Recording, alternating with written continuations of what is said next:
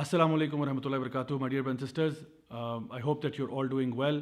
اللہ تعالیٰ آپ سب کو اپنے حفظ و امان میں رکھے.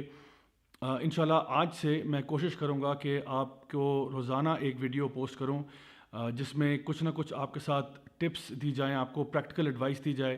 یہ جو لاک ڈاؤن کی سچویشن ہے اس کو ڈیل کرنے کے لیے کوئی ایسی چیزیں جو ہم لوگ کر سکتے ہیں جس سے ہمارا اللہ تعالیٰ کے ساتھ بھی ریلیشن شپ امپروو ہو سکے.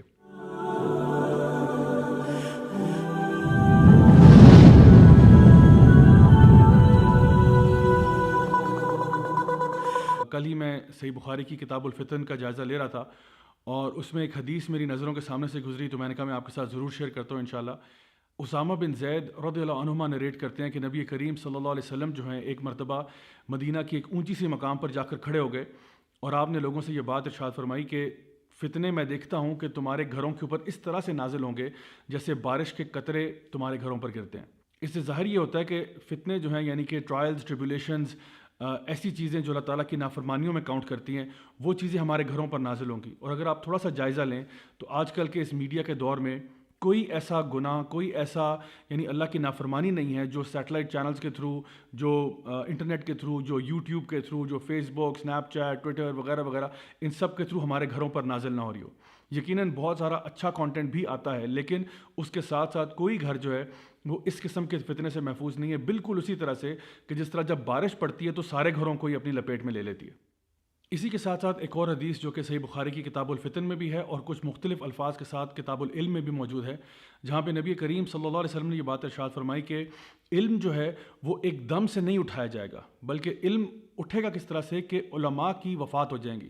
یعنی اللہ تعالیٰ علماء کو اٹھا لے گا. وہ جو نالجبل لوگ ہیں جن کا کام دین کو پھیلانا تھا, ہم تک دین کی بات پہنچانا تھا, اللہ ان کو اٹھا لے گا. اور پھر کیا ہوگا, ہر وہ شخص جو جاہل ہوگا, جو دین کے بارے میں نہیں جانتا, وہ اپنے اپنے اوپینینز کو جھاڑنا شروع کر دے گا, خود بھی گمراہ ہوگا اور دوسروں کو بھی گمراہ کرے گا. My dear brothers and sisters, یہاں پہ علم کے اٹھنے سے کیا مراد ہے, اس کے بارے میں جو بھی علماء اس کی شرح بیان کرتے ہیں وہ کہتے ہیں کہ اس میں کم از کم اس کے دو مطلب ہیں. اور پہلا مطلب اس کا یہ ہے کہ جب علم اٹھایا جائے گا تو وہ کام جو کہ گناہ والے کام تھے, لوگ اس کو گناہ نہیں سمجھیں گے اور کثرت سے کرنا شروع کر دیں گے. مثلاً سود آج کتنا عام ہے اور کوئی اس کو برا نہیں سمجھتا. حرام ریلیشن شپس کتنے عام ہو چکے ہیں, کوئی اس کو برا نہیں سمجھتا. جھوٹ بولنا ہماری مارکیٹ پلیسز میں, گھروں میں کتنا عام ہو چکا ہے. غیبت کرنا کتنا عام ہو چکا ہے. یعنی ہم لوگ جانتے ہیں کہ یہ کام برے ہیں پھر بھی کر رہے ہیں. یعنی یہ ہے کہ علم چلا گیا.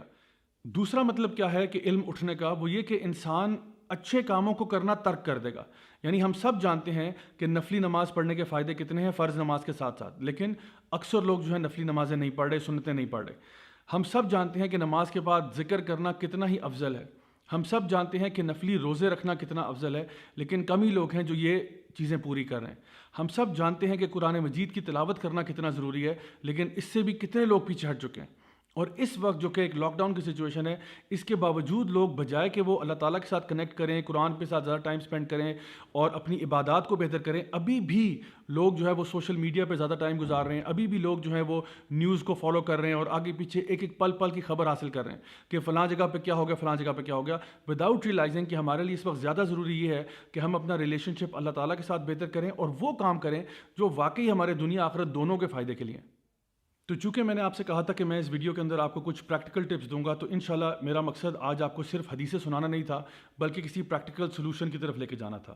ہم سب جانتے ہیں کہ اس دنیا کے بعد ہم نے اگلے جہاں جانا ہے اور وہاں پہ جو ہمارا حساب ہوگا وہ ہمارے اعمال کی بنا پر ہوگا.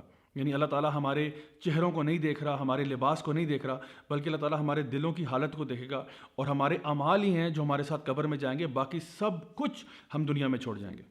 عمر بن الخطاب رضی اللہ عنہ کہا کرتے تھے کہ اپنا حساب کر لو اس سے پہلے کہ تمہارا حساب کیا جائے.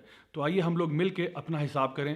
اس کے لیے میں انشاءاللہ آپ کے ساتھ ایک پلانر شیئر کرتا ہوں جو کہ میں نے اپنی پوری ٹیم کے ساتھ بھی شیئر کیا, اور میں چاہتا ہوں کہ میں آپ لوگوں کے ساتھ بھی شیئر کروں تاکہ آپ اس ٹائم کو جو کہ لاک ڈاؤن کا ٹائم ہے اس کو زیادہ بہتر کر سکیں. شاید کچھ عادتیں ہمارے اندر ایسی بن جائیں جو کہ کل کو ہم ان کو مینٹین کر سکیں اور ساری زندگی ہی اس لائف سٹائل کو اپنا لیں. تو میں انشاءاللہ یہ جو PDF فائل ہے اس کا لنک جو ہے وہ میں ڈسکرپشن میں شیئر کر دوں گا. آپ وہاں سے یہ فائل ڈاؤن لوڈ کر سکتے ہیں, اس کو پرنٹ کر کے خود بھی آپ یوز کر سکتے ہیں اور اپنے فیملی ممبرس کے ساتھ بھی شیئر کر سکتے ہیں. اس فائل میں ہے کیا, آئیے دیکھتے ہیں. تو سب سے پہلے اس فائل کے اندر آپ دیکھیں گے کہ جو پہلے 18 پوائنٹس جو اس میں بتائے ہوئے ہیں اس میں تہجد کی نماز سے لے کے فجر، ظہر، عصر، مغرب، عشاء کی نمازیں ہیں. آپ اس میں ٹک کر سکتے ہیں کہ جی میں نے کون سی نمازیں پڑھی ہیں باقاعدگی کے ساتھ. اس کے علاوہ پوچھا گیا کہ جی آپ نے ہر نماز کے بعد کیا ذکر اذکار کیے، اور پھر پوچھا گیا کہ صبح شام کے اذکار آپ نے کیے یا نہیں کیے، کیا آپ نے اشراق کی نماز پڑھی، کیا آپ زیادہ تر دن میں وضو کی حالت میں رہے، آپ نے قرآن کو کتنا ٹائم دیا، یعنی قرآن کی تلاوت بھی ہو سکتی ہے، اس کا ترجمہ تفسیر بھی ہو سکتی ہے، اور پھر آپ نے کوئی احادیث پڑھی یا نہیں پڑھی آج کی تاریخ میں.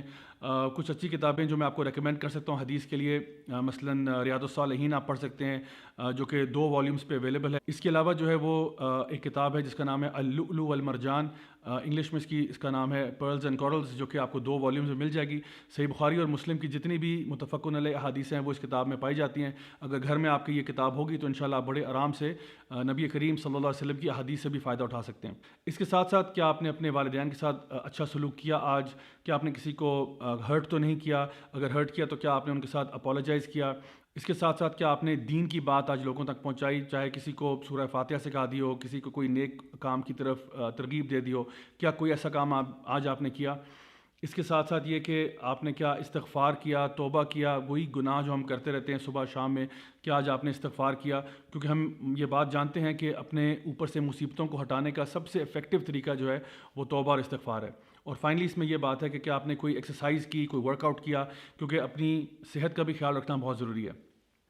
اس کے علاوہ جو سیکنڈ سیکشن ہے اس کا، وہ آپ کی منتھلی ایکٹیویٹی سے اس کا تعلق ہے، جس میں مینشن کیا گیا کہ کیا آپ نے کوئی قرآن کا پورشن میمورائز کیا، کوئی دعائیں آپ نے یاد کی ہوں، کوئی اسلامک بک آپ نے پڑھی ہو اس مہینے کے اندر، کیا آپ نے کوئی آڈیو ویڈیو سیریز دیکھی چاہے یوٹیوب پہ ہو یا اس کے علاوہ کہیں ہو، کیا آپ نے جمعے کو سورۃ الکہف کی تلاوت کی، کیا آپ نے سورہ البقرہ کو اس مہینے میں ختم کیا یا سورہ آل عمران کو، کیونکہ ان کے بارے میں نبی کریم صلی اللہ علیہ وسلم کی حدیث ہے کہ یہ 2 صورتیں جو ہیں یہ قیامت کے دن ہمارا کیس لڑیں گی اللہ تعالیٰ کے سامنے. اس کے علاوہ یہ کہ کیا آپ نے کوئی نفلی روزے رکھے، اور کیا آپ نے کوئی صدقہ خیرات کیا یا نہیں کیا. تو مائی ڈیئر برادرز اینڈ سسٹرز، میں سمجھتا ہوں کہ یہ ساری چیزیں ہمارے اپنے فائدے کے لیے ہیں. نبی کریم صلی اللہ علیہ وسلم کی ایک آخری حدیث میں آپ کے سامنے بیان کر کے آج کا یہ سیشن ختم کرتا ہوں. صحیح مسلم کی حدیث ہے کہ نبی کریم صلی اللہ علیہ وسلم نے یہ بات ارشاد فرمائی کہ نیکی کے کاموں کے اندر تیزی کرو، جلدی کرو. کیوں؟ کیونکہ تمہارے اوپر ایک ایسا وقت آنے والا ہے جب فتنہ جو ہے تمہارے اوپر یوں آ جائے گا جیسے رات کا اندھیرا آ جاتا ہے. اور اس میں کیا ہوگا کہ ایک بندہ صبح کو اٹھے گا تو مومن ہوگا، رات کو سونے جائے گا تو کافر ہوگا، یا صبح کو اٹھے گا تو کافر ہوگا، رات کو سونے جائے گا تو مومن ہوگا. اور لوگ ایک چھوٹی سی دنیا کی قیمت کے پیچھے اپنا دین یا اپنی آخرت خراب کر دیں گے. تو اس میں بھی کیا کہا گیا کہ جلدی کرو نیکی کے کاموں کے اندر.